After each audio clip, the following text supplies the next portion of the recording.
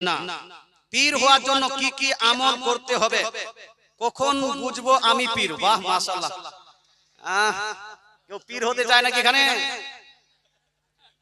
পীর হয়ে না বাবা, বুড়া হয়ে যাবে।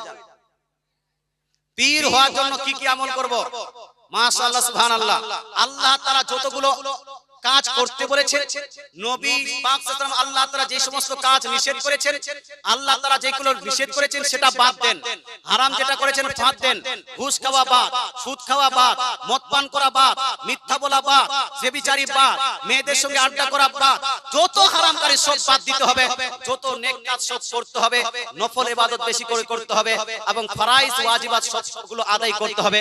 আদায় করতে করতে করতে করতে করতে করতে আল্লাহ তাআলার আপনি নিকটবর্তী হয়ে যাবেন। জোরে বলেন সুবহানাল্লাহ। বুখারী শরীফ জিলদ নাম্বার 2 চ্যাপ্টার নেম বাবু আত-তাওয়াসু। এই বাবে তাওয়াসুর মধ্যে